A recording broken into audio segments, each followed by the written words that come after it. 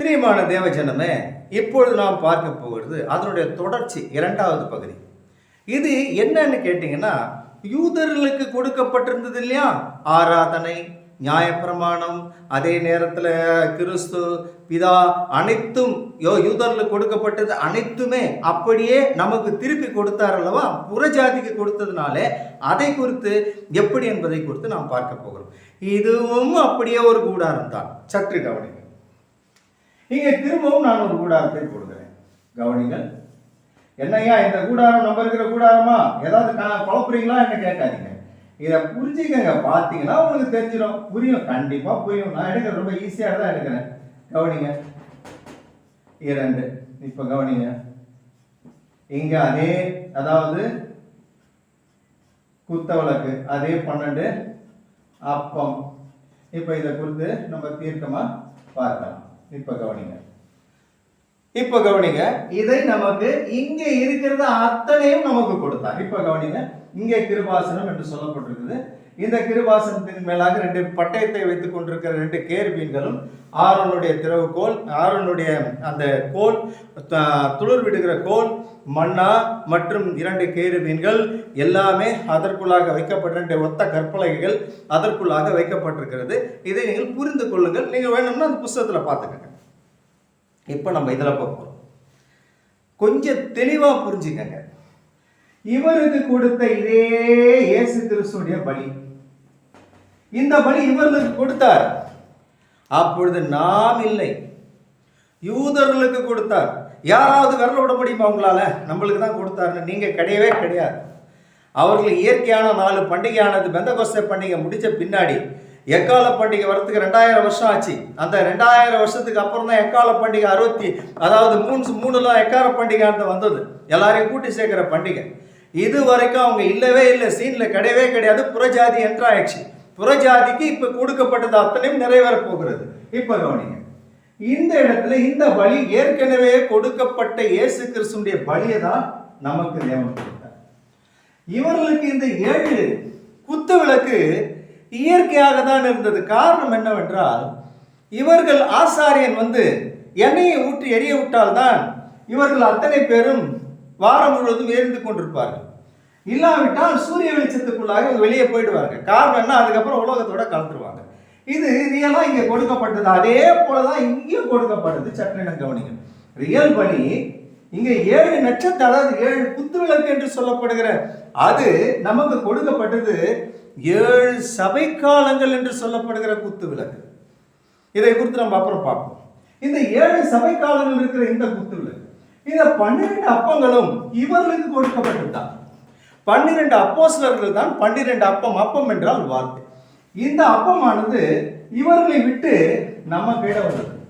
இந்த அப்போஸ்தல நடவடிக்கை தான், அந்த அப்பத்தை தான் நாம் இப்பொழுது என்ன செய்து கொண்டிருக்கிறோம், பூசித்துக் கொண்டிருக்கிறோம். இந்த வேதத்தை நாம் என்ன செய்கிறோம், அவர்கள் சொன்னதை தான் நாம் கடைபிடித்துக் கொண்டிருக்கிறோம். இந்த பலியானது கொடுக்கப்பட்டது. இப்பொழுது கவனிங்கள், இந்த இடத்துல தான் ஒரு பலிபீடம் இருக்கிறது. இந்த பலிபீடத்துக்குள்ள போக வேண்டும் என்றால் கவனிக்க வேண்டும், இது ஒரு பலிபீடம். இந்த பலிபீடத்துக்குள்ள நீங்கள் போக வேண்டும் என்றால் இந்த இடத்துல சர்வாங்க தகன பலி கொடுக்க வேண்டும். இது ஒரு பலி. நீங்க வேதத்தை படிங்க, உங்களுக்கு புரியும். இந்த சர்வாங்க தகன பலி கொடுத்து அதை நீங்க ஏத்துக்கிட்டாதான் இந்த செகினா குளோரிக்குள்ள போக முடியும். இந்த செகினா குளோரிக்குள்ள போனீங்கன்னா அழியாமை முழுசா தரித்துக் கொள்வீர்கள். என்ன செய்வீர்கள்? மரணம் இல்லை, வியாதி இல்லை, சஞ்சலம் இல்லை. இப்போ ஒரு கூர்நுனி கோபுரத்துக்குள்ள போனால், இப்போ 16 வயதுல போனால் 100 வயது ஆனாலும் கூட அந்த 16 வயதிலே தான் அவன் நிற்பான். அது அப்படியாக செய்யப்பட்ட ஒன்று அது. அதே போல இந்த இடத்துல இந்த பாயிண்ட் நல்லா கவனி. இது ஒரு கூர்நுனி கோபுரமாக நீங்க மனசுல வச்சுங்க. உள்ள போனீங்கன்னா உங்களுக்கு வயசாகாது, துளிர் விடும், நல்ல மண்ணா, செகினா குளோரி, அழிவில்லாது, அனைத்து மரணம் உங்களை அண்டாது. இப்படிப்பட்ட ஒரு காரியத்துக்குள்ள நீங்கள் உள்ளே போக வேண்டும் என்றால் இந்த இடத்துல சர்வாங்க தகன பலி கொடுக்கப்பட்டால் தான் இங்கே போக முடியும். இவர்களுக்கு சர்வாங்க தகன பலி ஆடுகளை தான் கொடுத்தார்கள், ரியல் அல்ல. நமக்கு இந்த பலியும் கொடுத்தார், சர்வாங்க தகன பலி. வேதத்துல எல்லாமே 2ஆ இருக்கும், தெரியுமா உங்களுக்கு?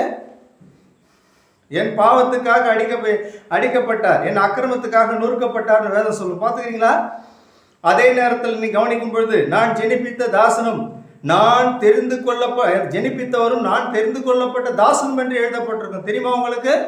அது மாத்திரமல்லையா, ஒரு பாலகன் பிறந்தார், ஒரு குமாரன் கொடுக்கப்பட்டான்னு எழுதப்பட்டிருக்கும். அது தெரியுமா உங்களுக்கு? அதனாலே பிரியமான தேவஜனமே, அனைத்துமே நீங்கள் பார்க்கும் பொழுது பாவ நிவாரண பலியும் சர்வாங்க தகன பலியும் கொடுத்து அது உங்களுக்கு கிடைச்சால்தான் பிரியமான தேவஜனமே அழியாமையை தரிக்க நீங்கள் முன்னே போக முடியும். இல்லாவிட்டால் நிச்சயமாக போகவே முடியாது. காரணம் என்னவென்றால், இந்த சர்வாங்க தகன பலி என்ன?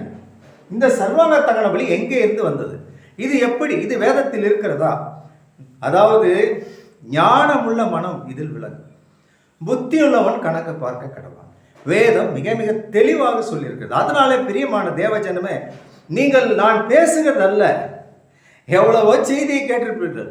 இதை மாதிரியான செய்திகள்லாம் ஒருத்தரும் கொடுத்தது கிடையாது, கொடுக்க முடியாது அவங்களால.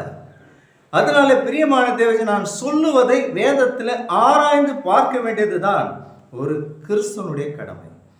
கிறிஸ்தவனுக்கு உலகத்தில் எல்லாமும் கிடைக்கும், ஆனால் நித்திய ஜீவன் என்பது அவ்வளவு சீக்கிரமானது அல்லையா, எளிதா டக்குன்னு கட்சிக்கிறது இல்லையா. வேதத்தை ஆராயணும், அப்போதான் கிடைக்கும். நீங்க ஒவ்வொரு செய்தியா பாருங்க, குறுஞ்செய்தியில விடுறதெல்லாம் நான் இதில் அப்படியே விரிவாக்கம் பண்ணி விடுவேன். அதனால பிரியமான தேவஜனமே, இது ரெண்டுமே மிக சிம்பிளா எடுத்திருப்பேன். விரிவா பார்க்கணும்னா இதுக்கு எனக்கு இன்னொரு சேனல் இருக்கு, பெரிய செய்தி 1.25 hour 1.5 hour போற செய்தி.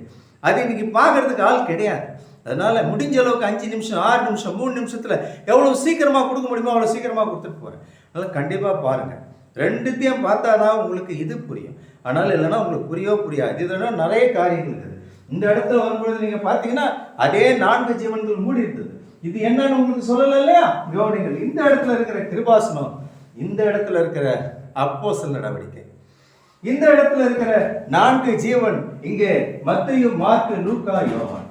உங்களுக்கு தெரியுமா? அதாவது மத்தேயு,